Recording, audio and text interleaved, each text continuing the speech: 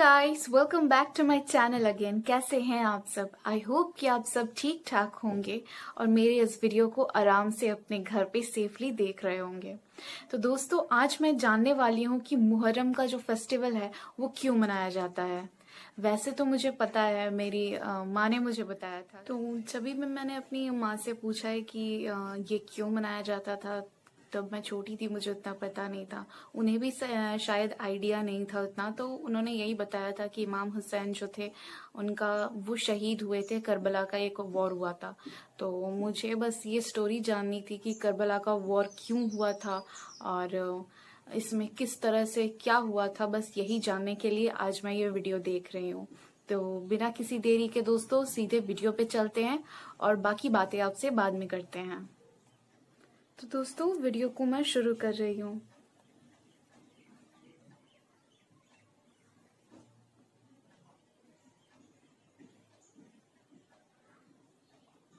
Story of Karbala.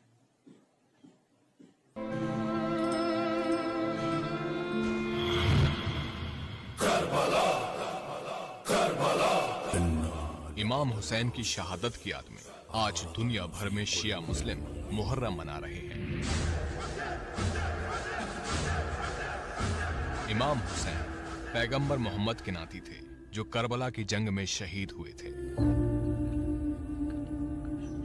Muharram क्यों मनाया जाता है, इसके लिए हमें तारीख के उस हिस्से में जाना होगा जब इस्लाम में खिलाफत यानी खलीफा का राज था। ये खलीफा पूरी दुनिया के मुसलमानों का प्रमुख नेता होता था। पैगंबर साहब की वफात के बाद 4 खलीफा चुने गए थे। लोग आपस में तय करके इसका चुनाव करते थे। इसके करीब 50 साल बाद इस्लामी दुनिया में घोर अत्याचार का दौर आया। मक्का से दूर सीरिया के गवर्नर यजीद ने खुद को खलीफा घोषित कर दिया।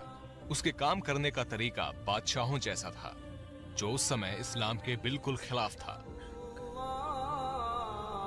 इमाम हुसैन ने उसे खलीफा मानने से इनकार कर दिया। इससे नाराज यजीद ने अपने राज्यपाल वलीद पुत्र अतुआ को फरमान लिखा, तुम हुसैन को बुलाकर मेरे आदेश का पालन करने को कहो। अगर वो नहीं माने तो उसका सिर काटकर मेरे पास भेजा जाए। राज्यपाल ने हुसैन को राजभवन बुलाया और उनको यजीद का फरमान सुनाया। इस पर हुसैन ने कहा, मैं एक व्याभिचारी, भ्रष्टाचारी और खुदा रसूल को न मानने वाले यजीद का आदेश नहीं मान सकता। इसके बाद इमाम हुसैन मक्का शरीफ पहुंचे ताकि हज पूरा कर सके। वहां यजीद ने अपने सैनिकों को यात्री बनाकर उनका कत्ल करने के लिए भेजा। इस बात का पता हुसैन को चल गया, लेकिन मक्का ऐसा पवित्र स्थान है जहां किसी की भी हत्या हराम है। खून खराबे से बचने के लिए हुसैन उम्रा करके परिवार सहित इराक चले गए। मुहर्रम महीने की 2 तारीख 61 हिजरी को हुसैन अपने परिवार के साथ करबला में थे।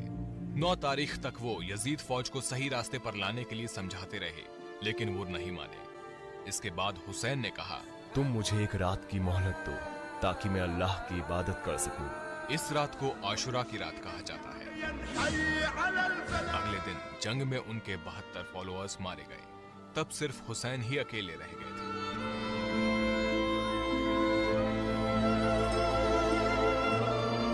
तभी उनके खेमे में शोर मचा। उनका 6 महीने का बेटा अली असगर प्यास से बेहाल था। हुसैन उसे हाथों में उठाकर मैदान करबला में ले आए। उन्होंने फौज से बेटे को पानी पिलाने के लिए कहा, लेकिन फौज नहीं मानी और बेटे ने हुसैन के हाथों में तड़पकर दम तोड़ दिया। इसके बाद भूखे प्यासे हजरत इमाम हुसैन का भी कत्ल कर दिया गया।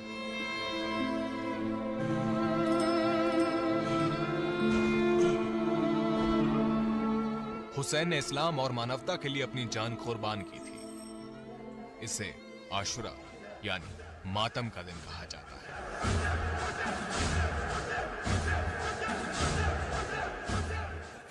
इराक की राजधानी बगदाद के दक्षिण पश्चिम के करबला में इमाम हुसैन और इमाम अब्बास के तीर्थ स्थल है। स्पेशल रिपोर्ट दैनिकभास्कर.com की रिपोर्ट।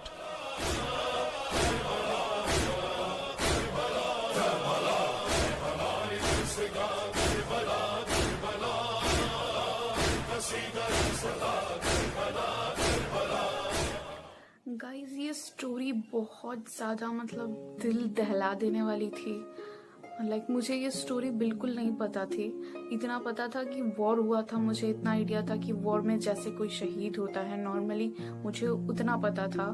लेकिन ये तो गाइज ऐसा वॉर था, देख के पता चला कि जिसमें इंसानियत का खून किया गया।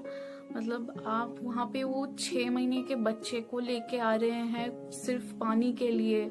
इंसान अपने दुश्मन तक को पानी देता है। बचपन से सुना है कि कोई कुछ भी बोले बट अगर कोई पानी मांगे तो उसे दे देना चाहिए। ये किस तरह के इंसान थे। माना कि वो उनके मालिक थे, जो यजीद जिनके बारे में बोल रहे वो उनके मालिक थे, उनकी बात उनका मानने का वो ड्यूटी है। लेकिन वो कैसे पानी के लिए कैसे मना कर सकते, वो भी वो छोटे 6 महीने के बच्चे के लिए। माय गॉड, मुझे तो मातम से ज्यादा इस बात पे गुस्सा आ रहा है कि किस तरह के लोग थे। और मुझे ये बात भी मुझे आगे और भी जानना है कि ये सब इंसिडेंट होने के बाद उस यजीद के साथ क्या हुआ। क्या उसको सबक मिला, उसको लेसन मिला, या फिर गॉड ने उनको पनिश किया कि नहीं किया। मुझे ये स्टोरी जाननी है। अगर आप में से किसी के पास ये स्टोरी है तो प्लीज मेरे साथ लिंक जरूर शेयर कीजिएगा। और दूसरी बात तो मुझे ये समझ नहीं आया, मैं रॉन्ग भी हो सकती हूँ, ये यजीद जो थे ये सीरिया के थे शायद। तो सीरिया भी तो एक इस्लामिक कंट्री है, तो फिर वो कैसे प्रोफेट के ग्रैंडसन को नुकसान पहुंचा सकते, इवन इस बुरी तरीके से नुकसान पहुंचा सकते हैं कि उनको मार दिया। और सबसे बड़ी बात जो मुझे मेरे हार्ट को छू गई वो ये थी कि इमाम हुसैन इतना कुछ होने के बाद भी गॉड पे भरोसा रखे हुए थे। इंसान जो नॉर्मल इंसान होता है, उसकी अगर फैमिली के साथ कुछ भी बुरा हो तो वो सीधे अपने भगवान को, अपने गॉड को, जिसको वो मानता है वो उसको जरूर कोसता है या फिर कंप्लेन करता है। लेकिन यहाँ उन्होंने एक शब्द भी कंप्लेन का किया नहीं। उनको फेथ है, उनके घर वाले मर रहे, उनके रिलेटिव्स मर रहे, उनके खुद के हाथों में उनका 6 महीने का बच्चा मर गया, लेकिन स्टिल उनको फेथ है। और मुझे लगता है ऐसे जो लोग होते हैं, जो कोई भी सिचुएशन आता है, कुछ भी हो जाता है, लेकिन कुछ भी हो जाता है और वो स्टिल अपने सुप्रीम पावर को उसको मानता है, तो उससे बड़ी बात ना दुनिया में कोई हो ही नहीं सकती। और उससे बड़ा और सच्चा इंसान दुनिया में दूसरा कोई नहीं हो सकता। नेचुरल सी बात है, अगर आपको इस तरह के इंसान दिख गए तो आपको समझ लेना चाहिए इससे बड़ा एक्स्ट्राऑर्डिनरी इंसान कोई हो नहीं सकता। और सीरियसली उन्होंने, और इस स्टोरी से जो वो बताना चाहते थे, जो उनके साथ हुआ, उसके बाद भी जो वो अपने गॉड पे, अपने अल्लाह पे भरोसा रखे हुए थे, तो वही चीज़ वो लोगों को भी समझाना शायद इसी के माध्यम से चाहते थे। मेरे लिए ये स्टोरी बहुत ज़्यादा आपको आपके ईमान के साथ जोड़ने के लिए जो स्टोरी होती है वो स्टोरी थी मेरे लिए। और मुझे पता नहीं क्यों, ऑनेस्टली दोस्तों, ये जो मुहर्रम का फेस्टिवल होता है मुझे पहले पता नहीं था।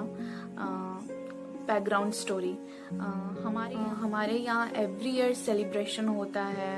हम सब छत से हो या फिर मेरा जो रोड है, मेन जो रोड है घर से थोड़ा दूर है, घर हम लोग का ज़्यादा अंदर है, तो किसी दोस्त के वहाँ गए तो छत से, या फिर अपने घर पे हुए तो हमारे यहाँ के कॉलोनी के सारे लोग इकट्ठा हो जाते हैं रोड पे देखने के लिए, प्रोसेशन निकलता है। तो उस टाइम मैंने देखा था कि काले कपड़े पहन के और वो कुछ मेटल की चीज़ें होती हैं उनसे मार रहे होते हैं, चाबुक जैसा ही समथिंग कुछ होता है, लेकिन वो मेटल का बना होता है। तो पहले मुझे वो चीज़ समझ नहीं आता था कि वो अपने आप को हार्म क्यों कर रहे हैं, तो मुझे बैकग्राउंड स्टोरी नहीं पता था। तो आज मैं जब ये स्टोरी सुन रही हूँ, मुझे लगता है कि इसी वजह से वो अपने आप को हार्म करके वो दर्द महसूस करना चाहते हैं, शायद इसलिए वो सेलिब्रेट इस तरह से करते हैं। तो that's it for today guys. उम्मीद करती हूँ कि आपको ये वीडियो पसंद आया, और अगर पसंद आया तो प्लीज़ लाइक शेयर सब्सक्राइब करना बिल्कुल ना भूलें। Bye bye and take care, और अपने फेथ को जितना हो सके उतना स्ट्रॉन्ग रखें।